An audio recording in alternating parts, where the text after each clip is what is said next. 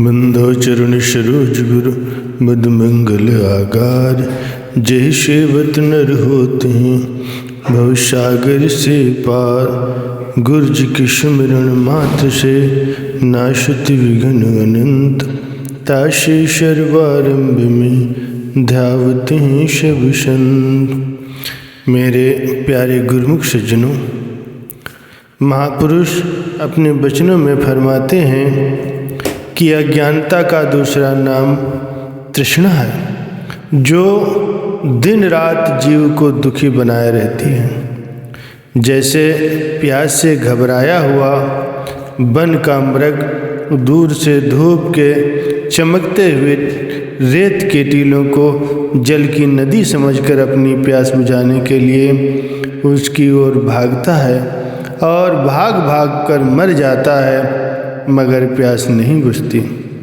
कारण ये है कि प्यास गर्म रेत से नहीं बुझ सकती, वह तो ठंडे पानी से ही बुझती है। ऐसे ही संसारी जीवों का भी हाल है कि वे चाहते तो सुख शांति हैं, परंतु बढ़ाते तृष्णा को हैं। भला तृष्णा के बढ़ाने से भी कभी शांति मिल सकती है? कभी नहीं। संतों का कथन है कि अगर मनुष्य सुख शांति चाहता है तो उसे संतोष, धैर्य और विचार से काम लेना चाहिए। यही सुख शांति का सुगम उपाय है। कहते हैं एक जौहरी सेठ बड़ा तृष्णालु था। वो कभी कभी संतों के सत्संग में भी जाया करता था। एक दिन जब वो सत्संग में गया तो वहाँ तृष्णा का ही प्रसंग चल रहा था। सत्संग की समाप्ति पर उसने महात्मा जी से प्रश्न किया कि महात्मन, तृष्णा का नाम तो अनेक बार सुना है, लेकिन उसका रूप नहीं देखा।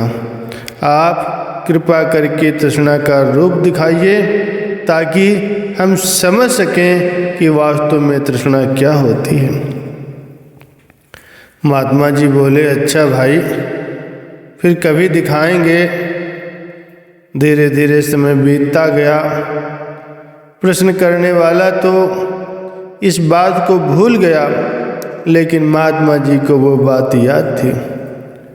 उन महात्मा जी का एक और जौहरी सेठ श्रद्धालु था। उससे उन्होंने एक लाल कुछ दिनों के लिए मांग लिया और अपने पालतू कुत्ते के गले में डालकर सत्संग स्थान के निकट ही एक खूंटे से कुत्ते को बांध दिया।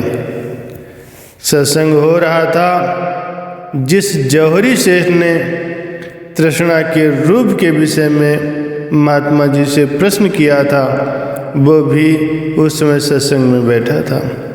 सत्संग में बैठे हुए स्वाभाविक ही उसकी दृष्टि कुत्ते के गले पर पड़ गई। देखा तो उसके गले में लाखों की कीमत का लाल महात्मा जी ने बांध रखा है। सोचने लगा, ऐसा लगता है कि महात्मा जी को इस लाल की कीमत का ज्ञान नहीं है। न जाने इन्हें कहाँ से हाथ में ये लाल पत्थर आ गया और उन्होंने उसे एक सुंदर पत्थर समझकर कुत्ते के गले में बांध दिया। अगर इन्हें पता होता कि ये बड़ी भारी कीमत का लाल है तो इस कुत्ते के गले में इसे न बांधते। मन में लालसा उपजी कि किसी न किसी युक्ति से इस लाल को अपने हाथ में करना चाहिए। दूसरे श्रोतागण तो सत्संग सुन रहे थे, परंतु ये अपने मन में उस लाल को पाने के लिए गिनतियां गिन रहा था। सत्संग की समाप्ति पर सब लोग तो चले गए, लेकिन वो सेठ बैठा रहा। महात्मा उसके मन की अवस्था को जान रहे थे कि एक यहाँ पे क्यों बैठा है। लोग संत महापुरुषों को भोले भाले समझते हैं, परंतु वे भोले भाले होते हुए भी सबके दिलों की जान रहे होते हैं। ऊपर से चाहे किसी को कोई कुछ कहे या न कहे, परंतु वे जानते सब कुछ हैं कि किसके मन में किस प्रकार की तार चल रही है। यदि सत्य कहा जाए तो महापुरुषों के पास तो शिष्य की मन की अवस्था का एक्सरे लेने की मशीन होती है, जिसके द्वारा वे अपने शिष्य के मन की अवस्था को देखते और परखते रहते हैं कि इसमें कोई रोग है या इसका मन शुद्ध है। ऐसा जांच कर वे उसके साथ वैसा ही बर्ताव करते हैं।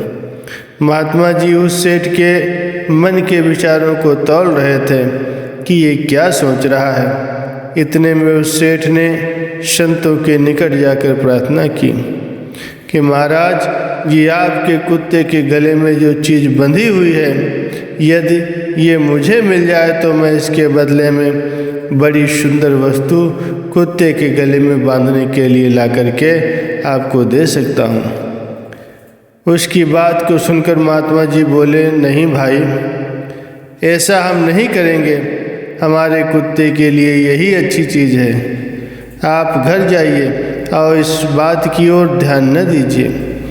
महात्मा जी का इस प्रकार का उत्तर पाकर सेठ निराश हो गया और उसी निराशा की हालत में घर तो चला आया, मगर घर में उसको चैन नहीं मिला, क्योंकि उसके मन में लाल को पाने की तृष्णा जाग चुकी थी। वह उसे चैन कहाँ लेने देती।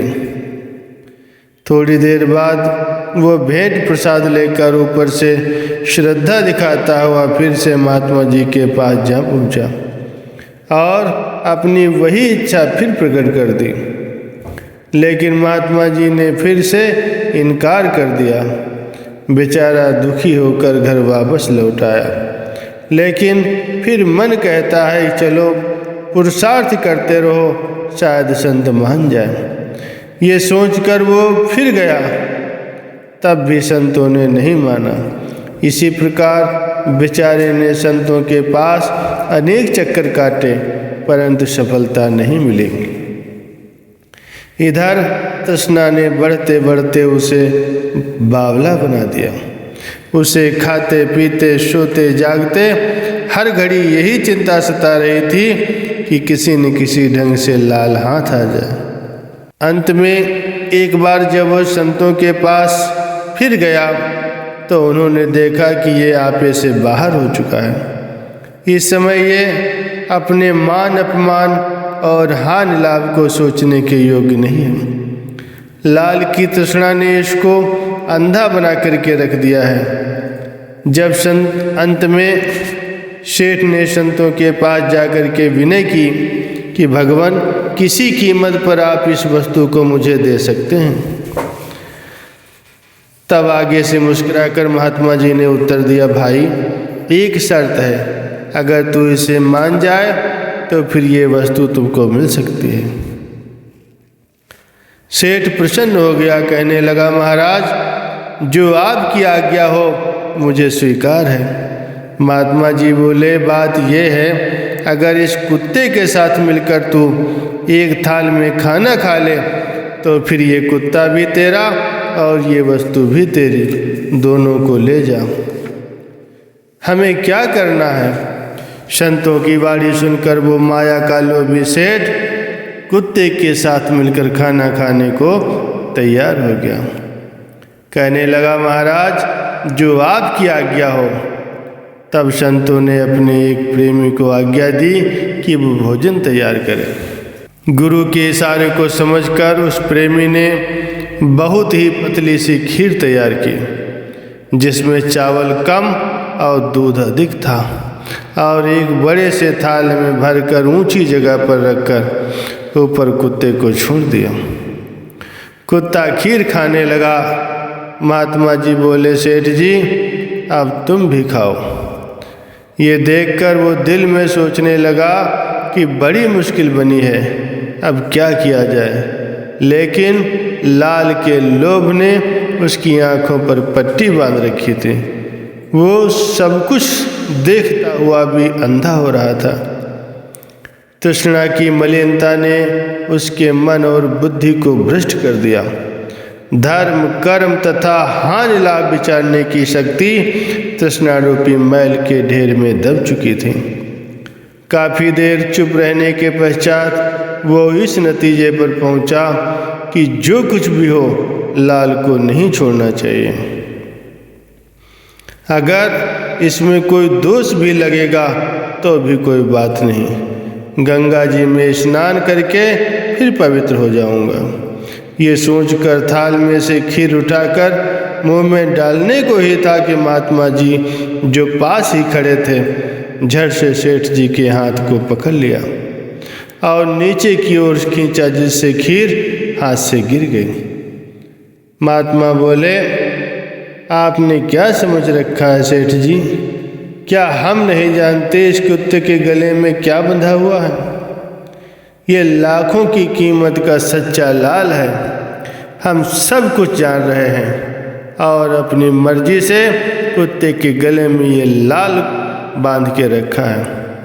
आपने समझा होगा कि महात्मा भोले भाले हैं, इनसे छल भल करके आप लाल प्राप्त कर लोगे, मगर ये भूल कर रहे हो और इसी भूल से ही अपने धर्म से पतित होते जा रहे हो। संतों के वचन सुनकर वो सेठ बहुत लज्जित हुआ और कहने लगा, महाराज अगर यही बात थी तो आप मुझे पहले ही बता देते, बेकार में मुझे इतना ख्वार तो न होना पड़ता।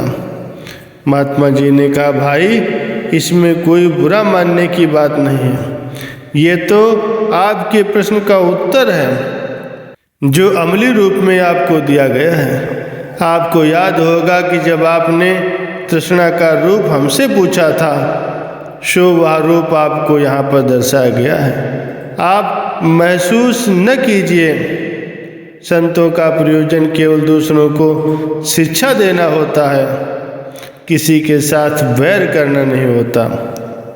महापुरुषों के वचन सुनकर उस सेठ की आंखें खुल गईं और महापुरुषों के चरणों में सिर नवाकर क्षमा मांगी और अपने घर को वापस चला गया।